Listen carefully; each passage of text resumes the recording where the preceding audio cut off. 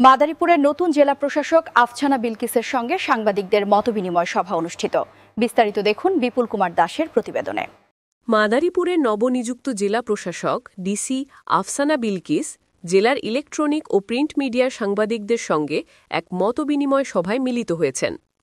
মঙ্গলবার দুপুরে জেলা প্রশাসকের সম্মেলন কক্ষে অনুষ্ঠিত এই সভায় জেলার সার্বিক উন্নয়ন কার্যক্রম, প্রশাসনিক সেবা ও গণমাধ্যমের ভূমিকা নিয়ে খোলামেলা আলোচনা হয়।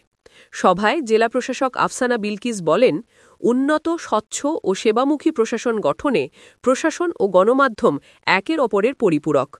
জেলা উন্নয়নে সাংবাদিকদের গঠনমূলক পরামর্শ ও সমালোচনা প্রশাসনকে আরও কার্যকরভাবে কাজ করতে সহায়তা করবে। মতবিনিময় সভায় মাদারীপুরের বিভিন্ন স্তরের সাংবাদিকবৃন্দ অংশগ্রহণ করেন এবং জেলার নানা সমস্যা ও সম্ভাবনা তুলে ধরেন।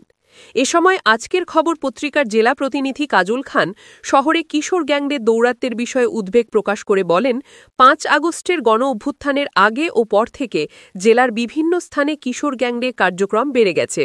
বিশেষ করে ইউনাইটেড ইসলামিয়া সরকারি হাইস্কুলের সামনে, কলেজ রোড, শকুনি লেকপাড়, জেলখানার কোনা ও বটতলা এলাকায় মাঝে মধ্যে সংঘর্ষের ঘটনা ঘটছে, যা কোমলমতি শিক্ষার্থীদের জন্য ভয় ও আতঙ্কের সৃষ্টি করছে। এ বিষয়ে জেলা প্রশাসক দ্রুত প্রয়োজনীয় ব্যবস্থা গ্রহণের আশ্বাস দেন এবং সংশ্লিষ্ট আইনশৃঙ্খলা রক্ষাকারী বাহিনীকে বিষয়টি গুরুত্বের সঙ্গে দেখার নির্দেশনা দেন। সভায় আরও উপস্থিত ছিলেন জেলা প্রশাসনের বিভিন্ন কর্মকর্তা, স্থানীয় সাংবাদিক নেতৃবৃন্দ ও গণমাধ্যম প্রতিনিধিরা।